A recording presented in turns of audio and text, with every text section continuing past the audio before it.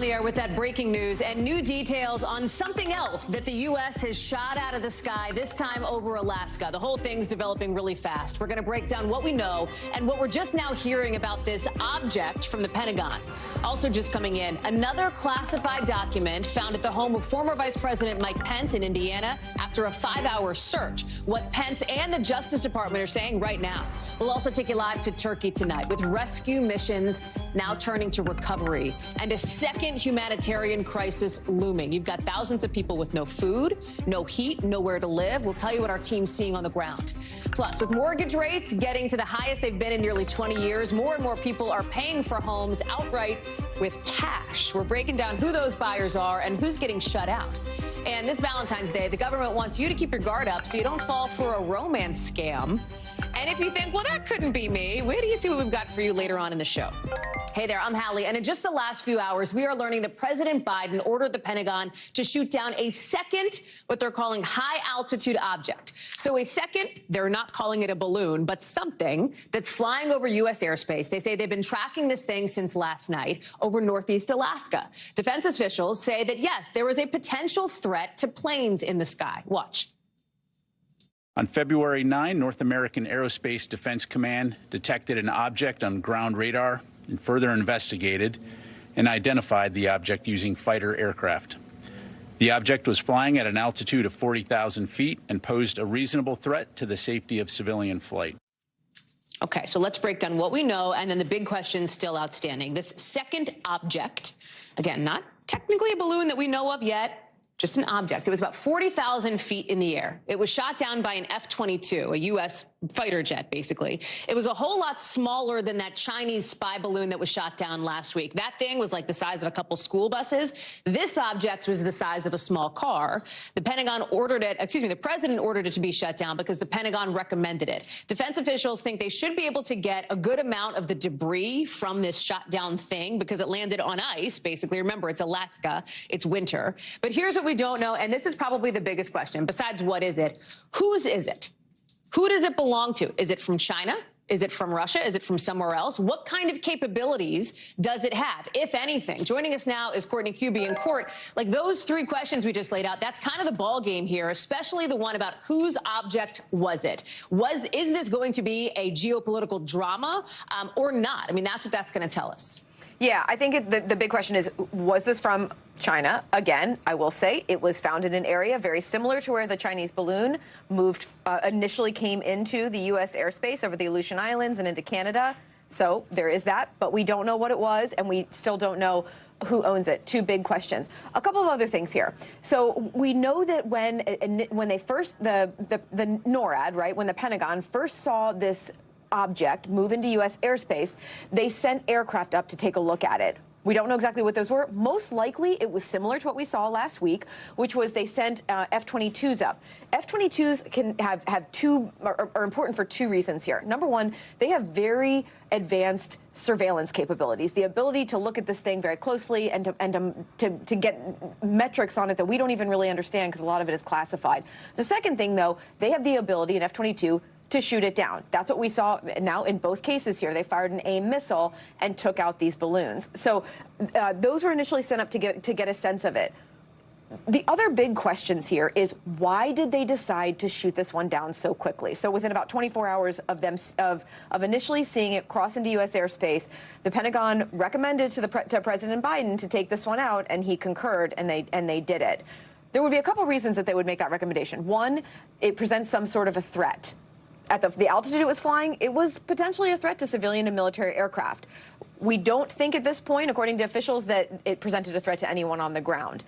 But the second reason would be in addition to it potentially presenting a threat to airspace, is if they were to take it out, would that in itself present a threat to people on the ground? So would it hit people or infrastructure or something?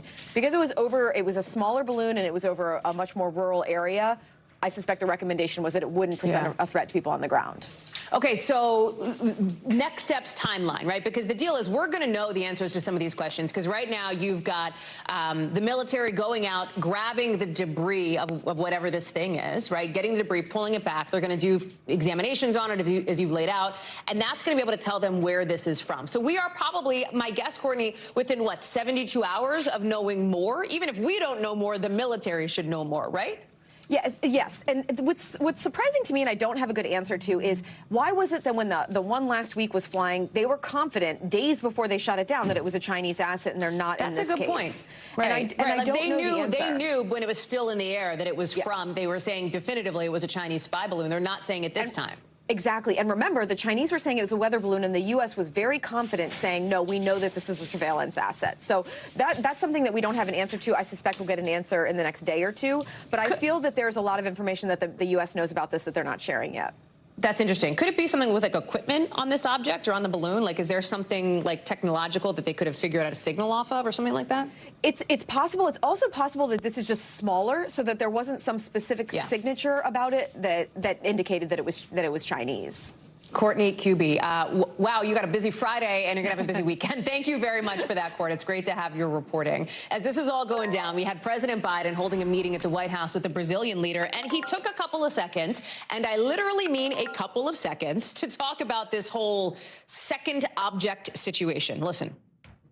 Do you have anything to say about the object shot down over Alaska, Mr. President? Yes. Literally one word there, success, he says. This is after the president has been under some pretty intense political pressure in the last week and a half to shoot down that first object that was found, identified, of course, as that Chinese spy balloon. The administration eventually did. Obviously, things have moved faster with this second object. Things have also moved faster as it relates to briefing members of Congress about this, or at least their staff. Let me bring in our White House correspondent, Hallie, who is outside the White House for us. Hallie, a couple of things here. First, we know that staff members for the Senate Intelligence Committee have already been briefed about this. Remember, this thing was only shot down, I'm looking at my clock, like 4 hours ago, not even. I mean, things have moved fairly fast as it relates to the timeline here. A lot faster, Hallie, as opposed to that Chinese spy balloon that took days to be shot down, and then days for congressional leaders to learn more about it. We saw that that briefing happen yesterday on Capitol Hill. So really, it's interesting, though, here, Hallie, why it was shot down so quickly, as Courtney mentioned. And also, remember, Pentagon officials had said last week when they were considering shooting this down that they didn't do so when it entered airspace over Alaska, because it would have presented a whole new set of problems if and when it was shot down because of the conditions of the water there. So the fact that this second object, that again, the White House is being very careful to describe as just an object and not a Chinese spy balloon, the fact that that was shot down over Alaskan waters when it did enter U.S. airspace, it's raising a whole new set of questions about the threat level that U.S. officials had considered, and President Biden also considered, when they made this decision to shoot this down. So at this point, still a lot more questions than answers that we should expect over the next few days, Hallie. There's also a question on the transparency piece of it, right? Because the reason why we know about this second object is because somebody in the White House briefing room, a member of the press corps, asked about like a rumor or speculation that there was something floating above Alaska. Do we know if that question hadn't been asked, Hallie, if the Pentagon would have announced this, if the White House would have announced it, would they give it another day? Do we know? That's the looming question over all of this, one of them, and it's a question that even senators, Republican senators on Capitol Hill, have asked about the first Chinese spy balloon. They've said that would they ever have admitted to this had it not been shot down? Had they known about it and it was still surveilling and traversing the United States, would this ever have been disclosed to the American people? So that's another question that our colleague Kelly O'Donnell had posed, pressing National Security Council spokesperson John Kirby about this earlier today during the White House press briefing. And it's really unclear whether, had this not been shot down, whether we ever would have learned about it, in addition to the fact that we still don't know whether there are more objects, quote, objects being surveilled across the United States right now. Many more developments to come on this story. We know. Hallie Rafa outside the White House. Hallie, thank you. When it rains, it pours as it relates to new developments this afternoon. On a different topic, you've got the FBI today apparently finding and taking one more classified document from the Indiana home of former Vice President Mike Pence. This comes after this 5-hour search, right, according to somebody familiar with it on the Pence side. They also found apparently 6 additional pages that did not have classified markings on them. Now, keep in mind, this was not a search where there was like a subpoena and the FBI goes in, et cetera. There was an agreement. They worked out the timing on this. The Pence team, the FBI, knew in advance that this thing was going to go down after Mr. Pence reported finding a small number, his team's words, of classified documents in his home last month. A Pence advisor in a statement says the former VP has directed his legal team to be fully transparent, keep cooperating, et cetera. I want to bring in Garrett Hake now, who's covering all of this here. So the FBI's gone.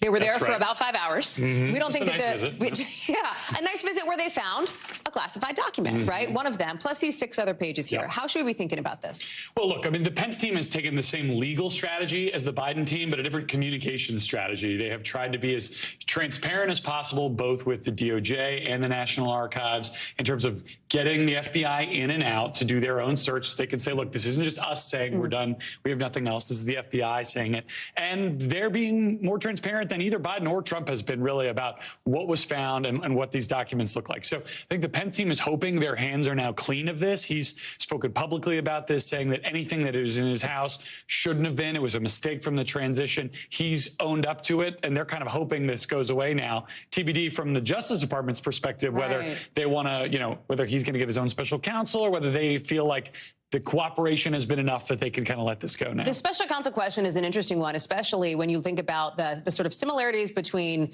the Biden situation, the president's situation, Mike Pence's situation, and then the differences with the former President Trump situation at Mar-a-Lago too. Like these are not all apples, right? No, and there are some oranges. That's right. There's a variety of fruit available for your metaphor purposes today. I mean, look, I think the key differences here are these. Number one, Pence was cooperative. He never had to get to a subpoena. This was all sort of self-reported. There wasn't even a warrant here. This was just a negotiated search that they came in. The second is, at least for now, Pence is not a presidential candidate. The assumption is that Joe Biden is going to be. He is the president. And Donald Trump had already said he would be a presidential candidate when the attorney general made the decision to put a special counsel in place. So even if the DOJ thinks there might be something criminal here, it seems like it's the kind of thing that they could handle within the normal Department of Justice structure going forward. Totally separate from what we're talking about here in light of the classified documents, you have Mike Pence, who is also, just in the last 24 hours, happens to have been subpoenaed by the special counsel investigating January 6th and former President Trump and his actions leading up to the attack. We don't know if Mike Pence is going to comply with that subpoena. We don't know if there's going to be a question of executive privilege that comes up here. Again, not about the classified documents based on sources familiar, but specifically about January 6th. Busy week for Mike Pence's attorneys here. Now, we don't even know when this subpoena came out, but it is important because this will be the first time Pence has actually testified to anybody that we know about what happened on January 6th. He kind of stiff-armed the January... Other than writing in his book and speaking publicly about what he wants to write about. Yeah, exactly right. I mean, writing in your book, you're not doing that under oath. I mean, you're doing it under the obligations you have to your publisher, which is not the same thing. He stiff-armed the January 6th committee, although he did allow some of his closest aides to testify, which ended up being good enough that the January 6th committee didn't pursue him to the ends of the earth. They didn't try to subpoena him. They were upset that he wouldn't testify, but not so upset they were going to have a big legal fight over it. The special counsel here has apparently decided he might have a big legal fight over it if it comes to that. There's questions about executive privilege and what Pence may or may not say, but your point about the book is a good one because it's harder for Pence to say, I can't even sit down with you when he's already written about January 6th. He's given interviews about it.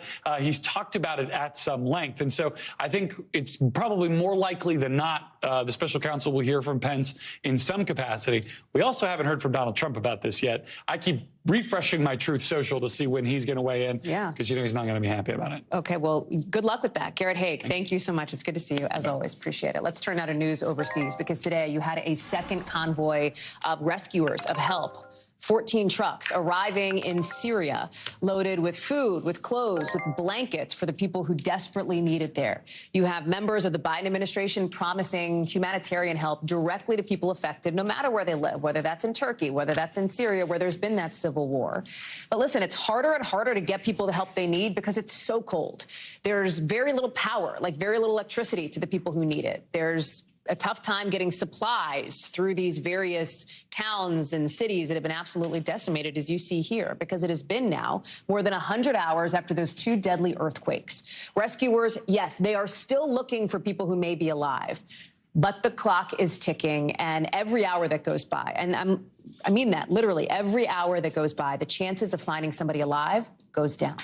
More than 23,000 people have now been confirmed dead, including at least 8 Americans. And there's very real concern about what experts call this secondary disaster that could end with more people dead, because it's not enough to just survive the earthquake. People have to survive the aftermath of the earthquake. They need food to eat. They need a place to be warm and to sleep. They need somewhere to put the dead bodies that are piling up in the streets. Gabe Gutierrez joins us now. And Gabe, thousands of people do not have homes. It is freezing there. They don't have enough food to eat. They don't have enough clean water to drink. What happens from here for them? Hey there, Hallie. Well, yes, you paint a very bleak picture, and for some, it is very bleak here in southeastern Turkey, where the search and rescue operations are still underway. And Hallie, I can tell you, the building behind me, actually an incredible story. Just earlier today, a 17-year-old boy was taken from the rubble behind me. He had been trapped underneath the basement here for around 100 hours. He was trapped in the basement, and rescuers were able to pull him out alive. He's doing well, and he's in the hospital at this point. And we've been seeing those videos, those dramatic rescues, signs of hope amid all this tragedy. But yes, as you mentioned, there are still many challenges that still remain. And some breaking news, Hallie, that I should mention. Over in Syria, the civil defense agency says that search and rescue operations in Syria have just ended. It is now a recovery mission. So that's some sad news out of Syria, but the search and rescue operation continues here in Turkey. Again, more and more survivors are still being found more than 100 hours after the initial earthquake. Just remarkable, Hallie. It is remarkable. It is incredible. And Gabe, the reason why that distinction is important, right, when things move from search and rescue to recovery, is because under search and rescue, the assumption is you could and will find people who are still alive. Under recovery, it's simply about victims who have died at that point. And that's why that is such a sort of a difficult piece of news to hear from Syria, where help just took longer to get. Yes, that's right. And it is so difficult to hear that 5 days after this earthquake that it's now shifting to a new phase. And there is, yes, that once it shifts to that, there is less urgency among the search crews. It is now, they are just searching for bodies, trying to find the victims, no longer actively trying to rescue them. Again, that's in Syria, though. Here in Turkey and in some towns closer to the Syrian border, there is still that dramatic rescue effort underway. And Hallie, there has been some criticism here among some residents that we spoke to near the epicenter earlier today. They are frustrated that some of those professional, specialized search and rescue teams didn't arrive here, in their view, quickly enough. Now, the president of Turkey, Erdogan, has acknowledged that there were some issues with the initial response, but he says that more help is on the way, though. But in Syria, Hallie, again, a humanitarian crisis on an epic scale unfolding there. The UN saying today that more than 5 million people in Syria are now homeless as a result of these earthquakes, Hallie. Gabe Gutierrez, live for us on the ground there in Turkey. Gabe, thank you for that important reporting. We know that President Biden is officially planning a trip to Poland 10 days from now to mark 1 year since Russia invaded Ukraine. The national security spokesperson saying they would prefer, of course, the president would not have to do this, not have an invasion at all, but they want to show how the international community supports the Ukrainian people. Russia is getting ready for this moment, too, first by slashing oil production in response to sanctions from Western nations. That could affect your gas prices. It means they could go up soon. Moscow says they're going to cut down by something like 500,000 barrels a day, about 5%. And second, there is this new offensive. We've been warning you about it for weeks. We've been saying that Russia was probably going to do this, and now they have. You see the map here with drones and missile strikes from east to west. Ukraine is warning this could be the start of an all-out set of strikes ahead of the 1-year date of this war. Raf Sanchez is in Kharkiv, Ukraine, where 8 people were hurt in a strike today. Raf, talk us through what it's like on the ground with reports that Russia is targeting some of the key infrastructure in these Ukrainian cities. Yeah, Hallie, we have been seeing and hearing explosions here in Kharkiv all day. The first explosion's about 4 a.m. local time. It's now about midnight here. The air raid sirens have been blaring all day in this city, the second largest city in Ukraine. And it has been a similar story all across the country, in Kyiv, in Dnipro. The Ukrainian government says the Russians fired about 70 missiles. This is one of the biggest barrages they've fired in the entire war. Those missiles fired both by bomber aircraft and from Russian ships in the Black Sea. The good news from the Ukrainian perspective, they say they shot down 60 of them, so the vast majority of them taken out by Ukrainian air defense. But Hallie, as you said, some of them are getting through, and the Ukrainian government says the Russians are targeting critical infrastructure. They are going after the power grid. You may be able to see behind me, there are barely any lights on. That is because of the wartime blackout conditions here in Ukraine. But a lot of people, Hallie, are without power, and the Ukrainians are saying this is a deliberate tactic by the Russian government to deprive people of heat, of light, of electricity. In the absolute depths of winter, it is 23 degrees here in Kharkiv right now. It is a real struggle for families anywhere in Ukraine who don't have heat, and President Zelensky says this is a deliberate effort by the Russians to turn winter into a weapon of war. Hallie. We've been seeing the Ukrainian President Volodymyr Zelensky, and Raf, you've talked us through this just this week, this so-called charm offensive here, making the rounds in Europe. He was with European leaders saying he's got agreements for more supplies, and he still wants more here, right? Because for him, the support from Western nations, from the international community is so critical. So critical. He did get a firm commitment from the UK that they would train Ukrainian Air Force pilots. What he didn't get was a firm commitment that they would actually provide fighter jets. He calls them wings for freedom. He says that is absolutely critical. And he says the only way that his country is going to be able to defend his cities from these Russian onslaughts are if they get their hands on those advanced NATO weapons. Now, Hallie, there was a really alarming moment earlier this morning here. One of those Russian missiles passed through Ukrainian airspace into the airspace of neighboring Moldova, and then it looked like it was going to go into the airspace of Romania, which is a NATO country, which could have led to a major confrontation. The missile eventually going back into Ukraine, did not enter Romanian airspace. Hallie. Raf Sanchez on the ground for us live in Kharkiv. Raf, thank you very much. Back here at home and turning to what some people down south call the trial of the century in South Carolina. Former attorney Alec Murdaugh accused of murdering his wife and son, and today some very highly anticipated testimony. This is from an attorney who was suing Murdaugh over a deadly boat crash before Murdaugh's wife and son were murdered. I don't know if you're familiar with this part of the story, but it's pretty important here. Paul Murdaugh, Alec Murdaugh's son, was allegedly the driver of a boat that wrecked in February of 2019, killing 19-year-old Mallory Beach. Now, the police report from the night of the crash said everybody on the boat was grossly intoxicated. That's their quote. Now, at the time that Paul Murdaugh, again, Alec Murdaugh's son, was killed, he was facing felony charges of boating under the influence. The Beach family attorney, Mark Tinsley, testified today that he couldn't get a fair trial against Alec Murdaugh after his wife and son died. Listen. If Alec is the victim of a vigilante, nobody's going to hold him accountable. Doesn't make any difference what he did or how clearly what he did contributed. The case would be over against Alec.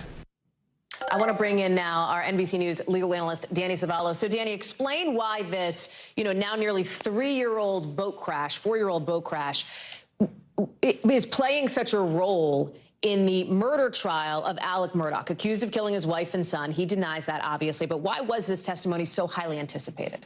Well, first, I'm objecting to this testimony completely. I don't know why a lawyer who's suing Alec Murdaugh can testify as a kind of expert witness on whether or not he can get a fair trial in this community. It may be his opinion, but he's certainly not an expert in my view. But the theory is basically this, that if it's true that you could not get a fair trial against Alec Murdaugh because his wife and son were killed, then that validates the state's theory of the motive, that Alec Murdaugh, his life was caving in, he was facing all these lawsuits. So he killed his wife and child to garner sympathy? Again, the prosecution is engaging in a bit of overkill, which is understandable because they have the burden of beyond a reasonable doubt. But not only would I object to this, I might even see this as appealable error to allow an attorney like me to come in and tell the jurors what they could or couldn't get in terms of a fair trial. It's his opinion that there would be sympathy and it might taint the jury pool. But you never know what kind of jury you're ever going to get, and that is not a science. You lay out something important here, which is prosecutors are trying to get to the motive piece of it, Danny. Prosecutors trying to get to the motive idea. If Alec Murdaugh did kill his wife and son, why would he have done it? Boat crash thing we've laid out. There's also you talk about his life was caving in on him. Money, finances, financial stress here. We heard testimony today from one of the Murdaugh family's housekeepers who says, well, I want to use it, that Maggie Murdaugh approached her concerned about this whole boat wreck lawsuit not long before the murders. Listen. She was worried because a lawsuit had been presented stating that they wanted $30 million. Maggie was crying. Maggie said, we don't have that kind of money. If I could give them everything that I got and make this go away, she said, I would do it in a heartbeat. So again, prosecutors trying to show that there was extreme financial pressure on Alec Murdaugh here as a piece of potentially the motive. This is a misstep by the prosecution. Don't get me wrong. I think it's still likely they'll get their conviction. But there's going to be one or two jurors that go back into that jury room during deliberations and say, I've known a lot of people in financial trouble. None of them have killed their wife and son to get sympathy. I don't know if I buy the state's motive. And all it takes is a couple of those jurors to not buy this motive theory, a theory that the state never really needed. They have plenty of other evidence that I would say is pretty damning against this defendant. Danny Savalos, thank you very much. Appreciate it.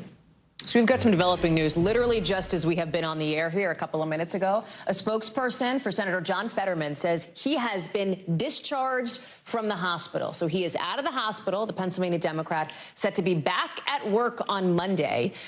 Senator Fetterman has been spending the last couple of nights at a hospital here in Washington after feeling lightheaded earlier this week. He was tested over the past couple of days to see if he had potentially had a second stroke. He was monitored for seizures. His spokesperson is saying all those tests have come back normal. Remember, Senator Fetterman had a stroke when he was on the campaign trail last year. So this health scare is renewing some questions about how he's doing, transparency, et cetera.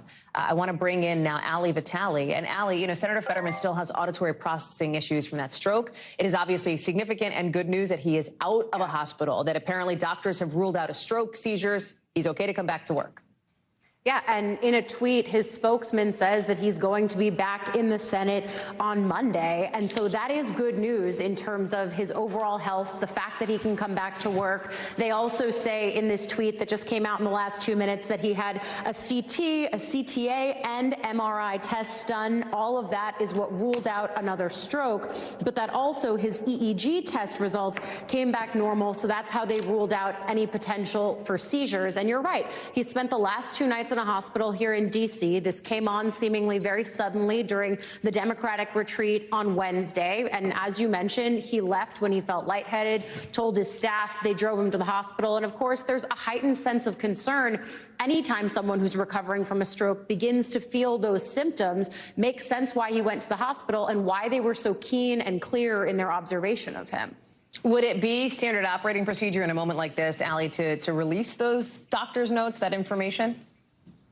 I think that's where this goes next. And it mimics the conversations that were had on the campaign trail, where you want to be sensitive to the candidate, now senator's health. Of course, them doing well is the paramount concern. But it's also then a question, once we establish that they are doing well enough and that he can come back to work on Monday, the question is, how does this work going forward? Can you provide us with some evidence of the fact that the doctors are, in fact, saying this? I think transparency is going to be really important. And And look, since he's come to the Senate, this team has been clear about the fact that he has needed screens installed in the Senate chamber, in his hearing rooms, to allow him to understand information, because he needs a little bit of extra help with auditory processing still as he recovers from this stroke. Those accommodations have been made here in the Senate. Now, though, with this latest episode, there is a question of just needing to provide some transparency around it, both in this moment, in the immediate aftermath of him leaving the hospital, and then as things go forward. And there are still continued questions of how is he doing, how is his health. Hallie Vitale live for us on Capitol Hill with that developing piece of news. Hallie, thank you very much. Coming up here on the show, we got a lot more to get to, including the new out-of-this-world idea, literally, to try to take on climate change. Stay with us.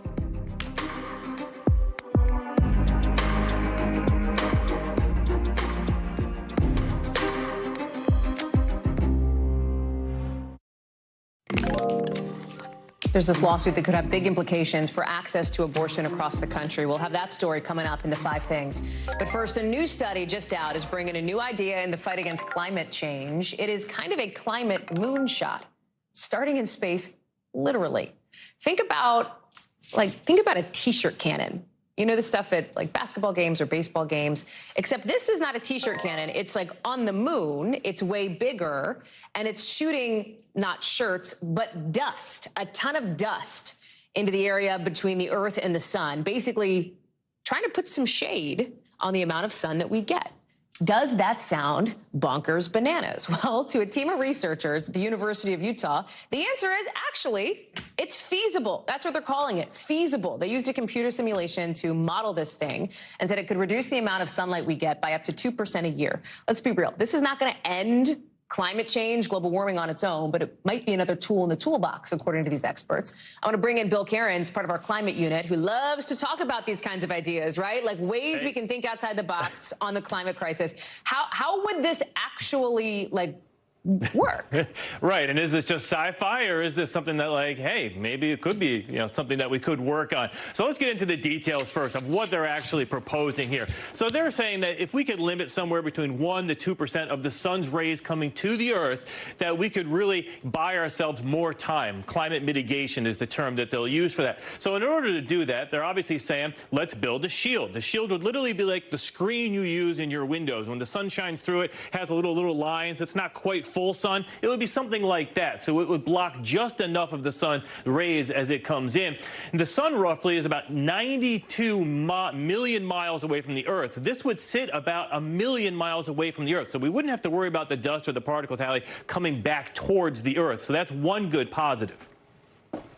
Okay, but how much dust would you need for this? And where does this dust come from? Up to this point, everything sounded, oh, that's interesting. Okay, so now we get to the dust part. So we need to get the dust from somewhere. Well, they actually say the fluffy moon particles are actually perfect for this. So we would need an industrial-sized mine on the moon, and it would take 22 billion pounds of dust to make that shield big enough.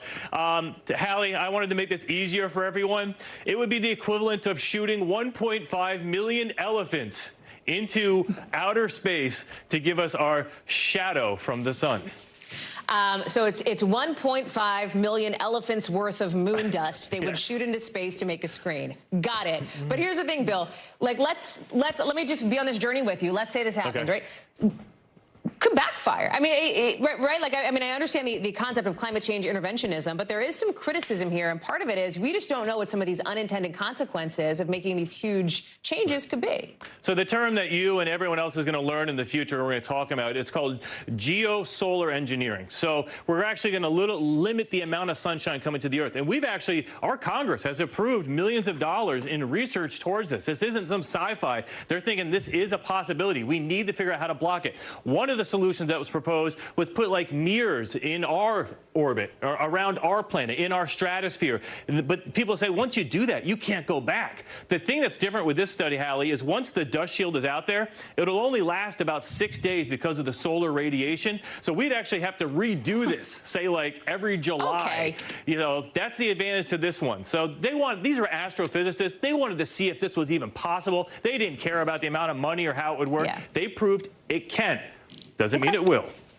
Got to think big thoughts, I guess. Bill Caron's fascinating stuff with this new information just out. Thank you very much. Appreciate it. Let's get you over to the 5 things our team thinks you should know about tonight. Number 1, a federal judge in Texas has extended a deadline in a lawsuit that tries to overturn the FDA's approval of an abortion pill. When it's used with another medication, it's the most common form of abortion in this country. Today, more than 20 attorneys general says an order requiring the FDA to withdraw its approval would have devastating consequences and could make medication abortion unavailable across the country. We could see a decision in this case in 2 weeks at the earliest. Number 2, Democratic Congresswoman Angie Craig sharing more today after being attacked in her D.C. apartment building yesterday morning. Remember, we told you about this on the show? She says she's recovering back home in Minnesota and that she feels really lucky that she wasn't hurt even more badly. The Congresswoman was basically punched in the chin by somebody in an elevator. She says she's grateful to law enforcement for making an arrest of this suspect, and she'll have more to say about it all soon. Number 3, Yahoo saying it'll lay off more than 20% of its staff by the end of this year. That's about 1,600 workers. The company said about 1,000 of those cuts were happening this week, all part of Yahoo's push to restructure its advertising unit. Number 4, Buckingham Palace just releasing the official emblem for the King and Queen Consort's coronation in May.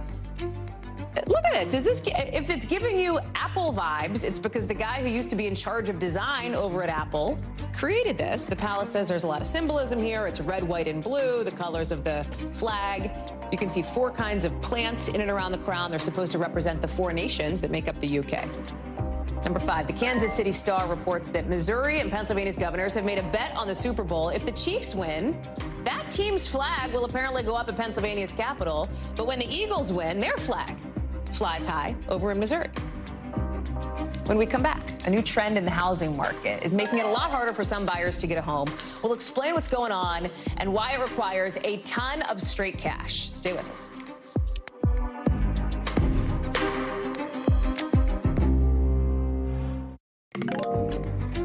There's a new report on housing prices in this country, and guess what? It shows those prices are going up in most places in this country.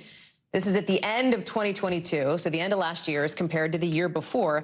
And if you're like, well, wait a second, how is that happening? Because mortgage prices are going up too. You're right. 30-year fixed mortgage rates are hitting 7%. That's the first time that's happened since J-Lo and Ja Rule had the country's best single with Ain't That Funny in March of 2002. How's that for a tidbit? Long time. Right? But even as rates start to tick down, new data is showing that a lot of buyers are just ponying up cash. Nearly a third of homes were bought with no mortgage. That's up since 2021. That's pushing out people of color and younger buyers. CNBC's Diana Olick is joining us now. And Diana, boy, to be a cash buyer for a house requires, I don't have to tell people, a ton of cash. Are people just out of luck if they can't do it, if you don't have a spare, $200,000, $300,000, $400,000, $500,000 hanging out? Well, in a competitive market, yeah, and that's why cash really started to gain in the last couple of years, is because these markets just got ultra competitive. You had investors getting into the market, you had empty nesters getting into the market, and just remember one thing, just because people bought it with all cash doesn't mean that they didn't then take out a mortgage. So what some people did was to borrow the cash to buy the house so they could be competitive, then pay back that cash to maybe to their parents or someone who was lending it to them, take out the mortgage afterward. It's all about the competition when you're putting the bid in on the house, because sellers want cash. They love cash. They don't want to have to deal with mortgage contingencies. But like what you're describing here, it takes a certain level of privilege to be able to have that opportunity in the first place, right? And that leaves some people out in the cold. Of course. Yeah, it definitely does. First-time buyers, we saw their share drop. Normally, in a regular market, it's 40% first-time home buyers. We had first-time buyers at some points in the last couple of years in the 27, 28% range, which is very low for first-time buyers. Of course, people of color who do not have that same income coming in were unable to. We did see a rise in all-cash Hispanic buyers, though, so that was a positive. But you're also seeing, older buyers coming in with cash. Why? Because they were able to sell their big homes for a lot of money and perhaps downsized to a smaller home or a condo that they had the cash for, so that benefited them. The Washington Post did a breakdown of where we're seeing a whole lot of all-cash purchases, like more than normal. Long Island, near D.C., parts of Kentucky, South Florida. Why these locations? Exurbs. That's where everybody was headed. Everybody wanted more outdoor space. They wanted more land. So instead of going into the cities, they were going out into places like Frederick, Maryland, which is, I don't know, 45 minutes from here. So I'm in D.C. Or they're going out to Nassau County and Long Island, getting out of the city. There were people headed to Lexington, Kentucky, believe it or not, was a big one. And that's because they're just chasing the sun. You had all these people going into Florida, to Naples, to Kentucky, to Alabama, who wanted warmer temperatures. Some wanted the tax breaks of different states. So when the competition in those areas heated up, all cash heated up as well, because that was how you win the bid. Diana Olick, lots of news, with perhaps the biggest headline that I just discovered is that we're neighbors. I didn't know you lived in D.C. I'm going to be taking you out for drinks one of these nights. Thank you, Diana Olick. Appreciate it. Thanks for that breakdown.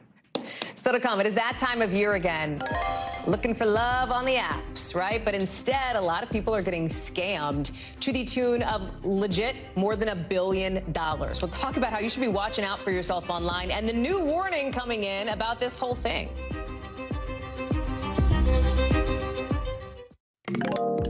NBC News covers hundreds of stories every day, and because you couldn't possibly read or watch or listen to them all, our bureau teams have done it for you. This is what they tell us is going down in their regions in a segment we call The Local.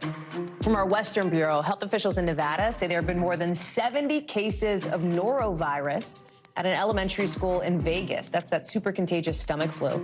The district says they can't figure out how the outbreak started because it spread so easily, so quickly. The CDC says norovirus seems to be at the highest it's been all season right now.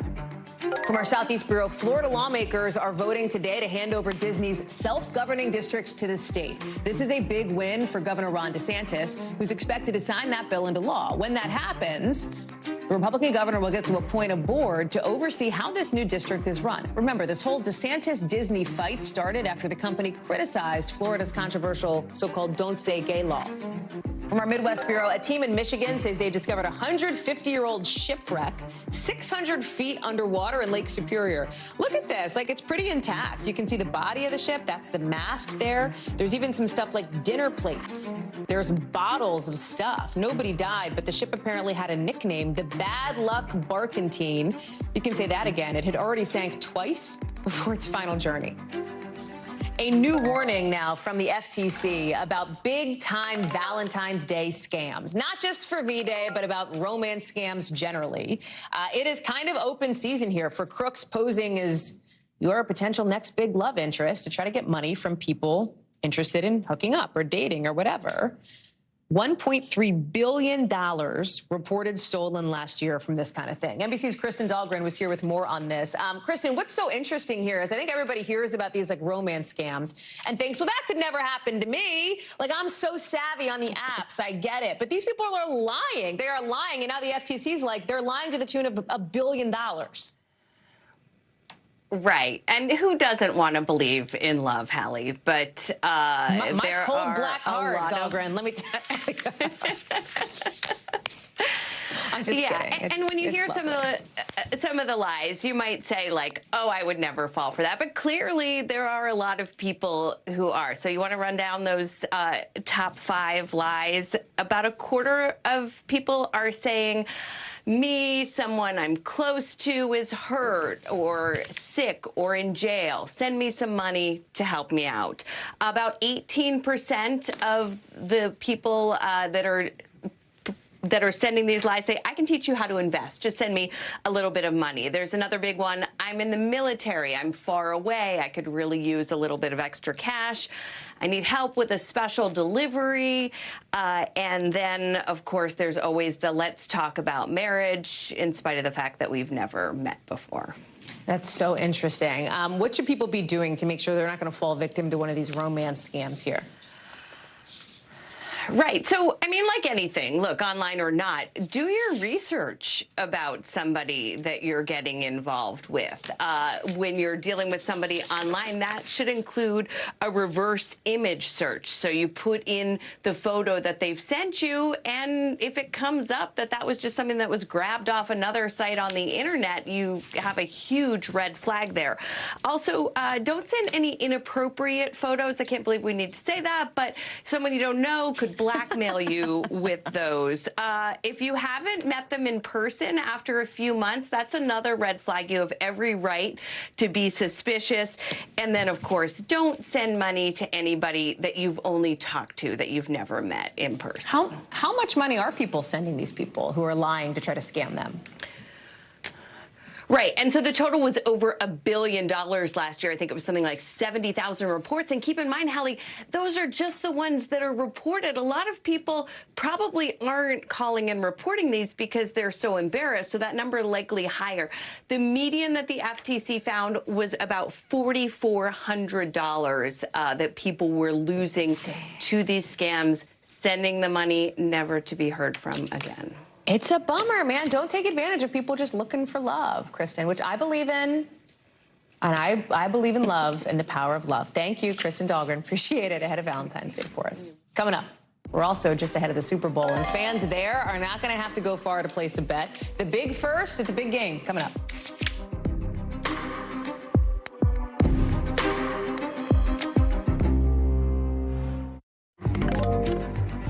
So listen, there's an actual newsy Super Bowl story to tell you about that we're going to get to in a second, but we were talking about it on our team call, our show team. And my show team was like, Hallie, we can't, when you do Super Bowl stories, all you do is talk about the Eagles. You're obsessed with the Eagles. And I was like, guys, no, I'm not. I'm pretty I'm a journalist. I just, I would never tell people that I'm an Eagles fan. And so my team put this together basically just to prove me wrong. Did he say fly, Eagles, fly? He said fly, Eagles, fly. I wanted to just reconfirm. Yay, fly, Eagles, fly. Specifically, the Philadelphia Eagles are getting their rest. From Miami, not like the couch his New York Giants are sitting on, respectfully, Sam, when the Philadelphia Eagles steal the hopes and dreams of Chiefs fans. It is literally impossible to deliver too many shout-outs to the Super Bowl-headed Philadelphia Eagles, the NFC Championship Philadelphia Eagles. This is the beauty, folks, of having your own show. You get to pull in people who cover the teams that you love. Picking the Eagles, baby. Sea Lions can get it. Let me tell you. All right, whatever. I like the Eagles. I get it. I think that they are the better team in the Super Bowl here, just 48 hours away. Will I be watching them dominate the Kansas City Chiefs? Yes, I will. I am hyped. Fans are hyped. Bettors are hyped as well, people who like to bet on sports, because this is the first time that the Super Bowl is going to be played in a state where that kind of gambling is legal. And this weekend, 50 million people, adults obviously, are expected to bet on the game. 1 in 5 adults in this country. It's expected to bring in something like $16 billion, twice as much as last year. Our Shaq Brewster asked fans what they think about the rise in sports betting. Listen. It's advertised everywhere, so it's like, I got to get into action. Obviously, you got to be of age. He was trying to convince his father to do it, but he knows better because he doesn't want to get sucked into it. Shaq Brewster is outside State Farm Stadium in Glendale, Arizona. I want to talk about the sports betting, Shaq, but just to set the table here, who do you have for the Super Bowl? And the only correct answer is the Eagles. I'm scared to answer that question, Hallie. I am going to be objective and just cover the game. All right, fine. That's your loss, my friend. Talk to me about this sports betting thing, because you got this really interesting one-on-one conversation with the CEO of a big casino there, which has a sports book at the stadium. They're expecting kind of monster interest. I was really scared there, Hallie, that you were going to end the show based on that answer. I'm glad you didn't, because this is really interesting, because the CEO did tell me that. You walked the line. The show continues. The CEO told me that sports betting, that those record numbers that we're seeing, that's essentially here to stay. It's going to be expanding over the years to come. There are more than 800 different bets that you can take on this game. That's something that he showed me. Walk me through the different bets. Everything from the coin flip to the color of the Gatorade that will be poured onto, as you wish, the Eagles coach after they win. I want you to listen to a little bit of our conversation earlier today. One of the advantages of the industry now being legal and regulated, what we're seeing is progressive innovation. A lot of capital going into improving the product, expanding wagering options, and that's good for fans. And the American Gaming Association really broke this down fairly well and showed us how people are going to be placing these bets. 38% of people are using those online sources. That includes those apps that have become so familiar. You have about 34% saying that they'll be casually betting among friends, another 26% doing those pools, those square contests, and then 18% betting in person at sports books like the one I'm at right now, which is on the campus of the actual stadium that will be hosting the Super Bowl, Hallie. Well, it's certainly loud, Shaq. If you're not as into football as we are, if you're like watching for Rihanna at halftime or the commercials, one thing that's going to be different this year, too, is like the crypto ads. We saw a ton last year. The FTX Larry David one. FTX now a year later has totally imploded here. That's a big change, too. Yeah. That's exactly right. We're not expecting as many crypto commercials. FTX is now gone bankrupt. Their owner is charged with essentially trying to defraud investors. The key thing here is that you can expect Super Bowl ads. Average price of a 30-second ad is $7 million. That's a number, Hallie, that only continues to go up. Hey, real quick, Shaq, before I let you go, just a quick pop spelling quiz here. How do you spell the name of the Philadelphia mascot?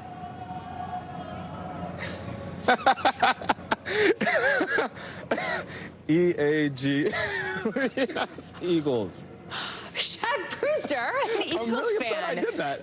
Who knew? Love to see it. Thank you. Not bullied into it at all. Thank you, sir. Appreciate y'all. I will see the rest of you here Monday. Same time, same place. If I'm wearing Eagles green, it's been a good day. If I am not here, I'm crying at my house. Coverage picks up right now.